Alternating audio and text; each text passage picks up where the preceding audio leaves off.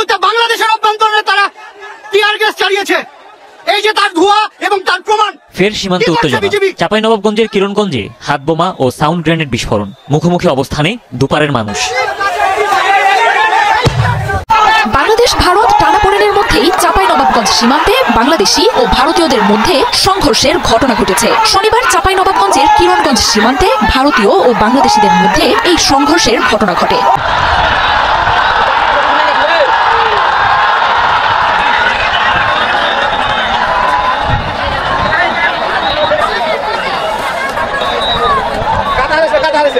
Commandant পর্যায়ে একটা flag meeting হয়েছে এবং বিএসএফ এর পক্ষ থেকে দুঃখ প্রকাশ করা হয়েছে যে গাছগুলি কাটা হয়েছে এটা অন্যায় হয়েছে এবং তাদের পক্ষ থেকে তারা এটা ব্যবস্থা নেবে। কন্ট্রোল করার জন্য ওরা সাউন্ড গ্রেনেড নিক্ষেপ করেছে, যেটা ওরা ইন্টারন্যাশনাল আইন যেটা আছে এটা ভঙ্গ করেছে। আসসালামু আলাইকুম সম্মানিত দর্শক মণ্ডলী, দেশ ও প্রবাস থেকে কাছে ও দূরে, দেশের দূর দূরান্ত থেকে যারাই ঠিক এই মুহূর্তে আমার এই ভিডিওটি দেখছেন, সকলকে জানাই আন্তরিক শুভেচ্ছা ও অভিনন্দন। সম্মানিত দর্শক মণ্ডলী, এই ভিডিওতে আপনাদেরকে দেখাবো যেখানে ভারত বাংলাদেশ সীমান্ত ইতিমধ্যে ভয়াবহ একটি পরিস্থিতি সৃষ্টি হয়েছে, যেখানে ভারতের সদস্যরা এমনকি বিএসএফ এমনকি ভারতের সাধারণ নাগরিক তারা সকলেই মিলে সেই তার কাটার বেড়া অতিক্রম করে বাংলাদেশ সীমান্তে এসে তারা বেশ কিছু গাছ কেটেছে। এই মধ্যে ইতিমধ্যে ঘটনাকে কেন্দ্র করে সেখানে উত্তপ্ত অবস্থা বিরাজ করছে, এমনকি দফায় দফায় সংঘর্ষ পর্যন্ত হয়েছে। ইতিমধ্যে আপনাদেরকে দেখাবো সেখানের বর্তমান পরিস্থিতি, এমনকি ভারতের মোকাবেলায় আমাদের বাংলাদেশের সেই সীমান্তরক্ষী বাহিনী অর্থাৎ বিজিবি তারা কি পদক্ষেপ নিয়েছে, বিস্তারিত তথ্যগুলো আপনাদের মাঝে তুলে ধরবো এই ভিডিওতে। তাই প্রিয় দর্শক, ভিডিওটি খুবই গুরুত্বপূর্ণ।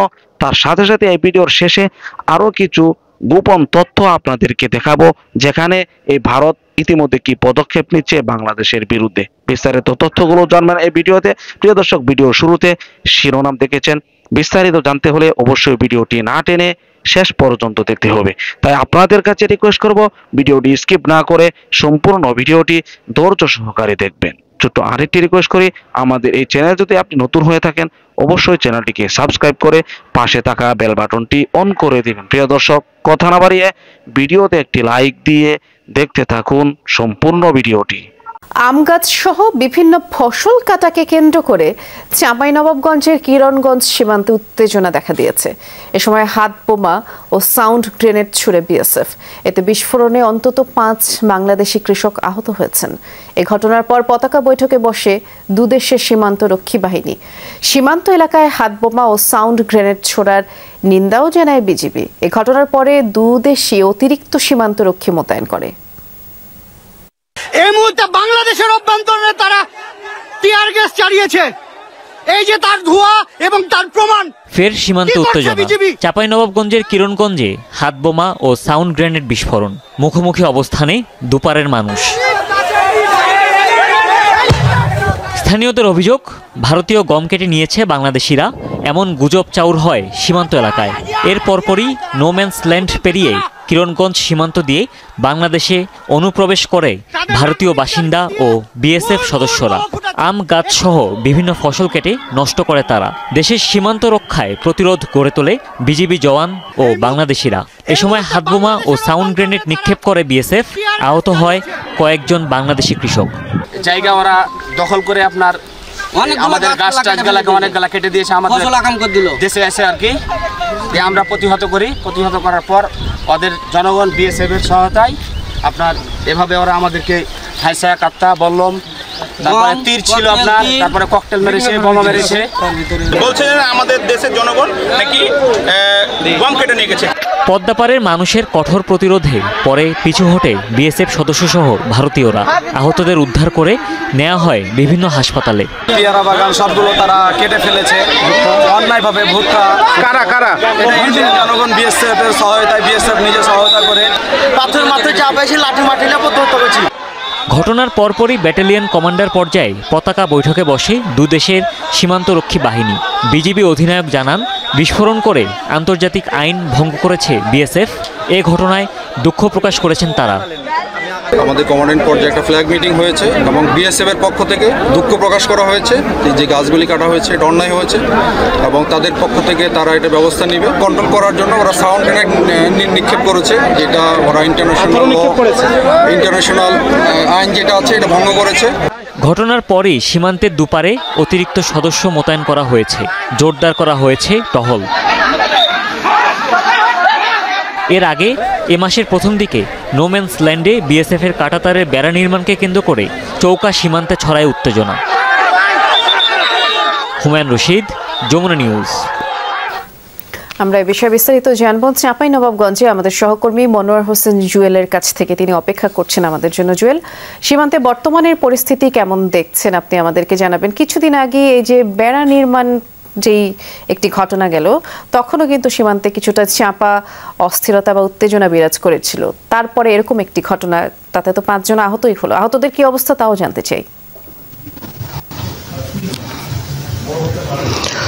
বৃষ্টি, চাঁপাইনবাবগঞ্জের কিরণগঞ্জ সীমান্তে যে ঘটনাটি আজ সকাল থেকে ঘটছে সেই অবস্থায় বিরাজ করছে, অর্থাৎ এখানে এখনও উত্তেজনা বিরাজ করছে এবং এলাকাবাসী অনেকটা শঙ্কিত। কারণ বিএসএফ এবং ভারতীয় নাগরিকরা যেভাবে বাংলাদেশের ভূখণ্ডে এসে বাংলাদেশের নাগরিকদের গাছগুলো, ফলগুলো যেমন বড়ই গাছ, পেয়ারা গাছ এবং আম গাছগুলো কেটে ফেলে বিএসএফের সহযোগিতায়, এটা নিয়ে কিন্তু এলাকাবাসী প্রচণ্ড অস্থিরতার মধ্যে আছে, উদ্বেগের মধ্যে আছে। বিশেষ করে আপনাকে লোকেশনটা যেটা বলতে চাই, গত 6 তারিখ থেকে সীমান্তে কাঁটাতারের বেড়া নির্মাণকে কেন্দ্র করে যে ঘটনাটি ঘটেছিল সেটা কিন্তু এই বর্ডারেই পাশাপাশি, অর্থাৎ এখান থেকে মাত্র কয়েকশো গজ দূরেই কিন্তু কাঁটাতারের বেড়াকে দেয়াকে কেন্দ্র করে কিন্তু উত্তেজনা চলছিল। সেখানেই কিন্তু আবার একই ধরনের ঘটনা ঘটেছে। এই ঘটনার কারণে কিন্তু মানে আমাদের এই বাংলাদেশের কয়েকজন, বিশেষ করে 5 থেকে 6 জন নাগরিক আহত হয়েছেন এবং তারা গুরুতর আহত হয়েছেন। ভারতীয় নাগরিকদের বিভিন্ন ধরনের দেশীয় অস্ত্র এবং ইট পাথরের যে আক্রমণ, তো এই সমস্ত বিষয়গুলো নিয়ে কিন্তু উভয় পক্ষের মধ্যে সারাদিন দিনভর ধরে উত্তেজনা চলছিল।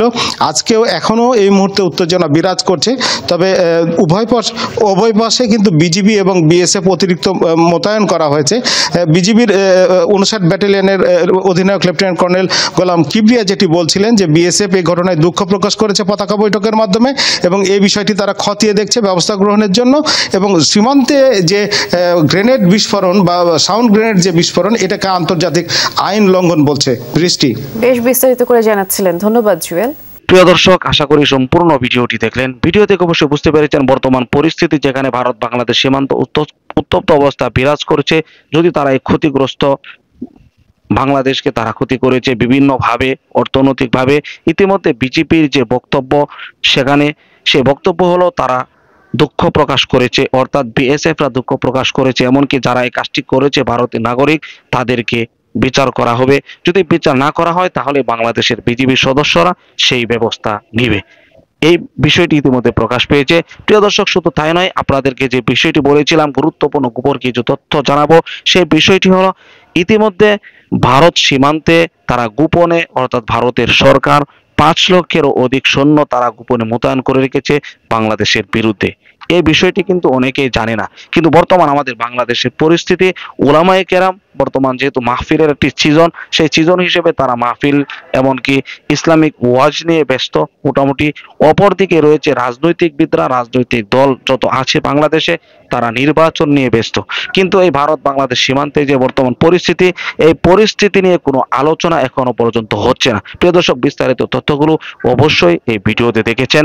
এই ভিডিওকে কেন্দ্র করে আপনার স্থান থেকে আপনার কোনো মতামত থাকলে আপনার মূল্যবান মতামতগুলো অবশ্যই কমেন্টে জানিয়ে দিবেন। এমনকি এই ভিডিওটি শেয়ার করে সকলের মাঝে ছড়িয়ে দিবেন। প্রিয় দর্শক, আজকের মতো এখানে শেষ করছি। ভালো থাকুন, সুস্থ থাকুন। আবারও দেখা হচ্ছে পরবর্তী ভিডিওতে।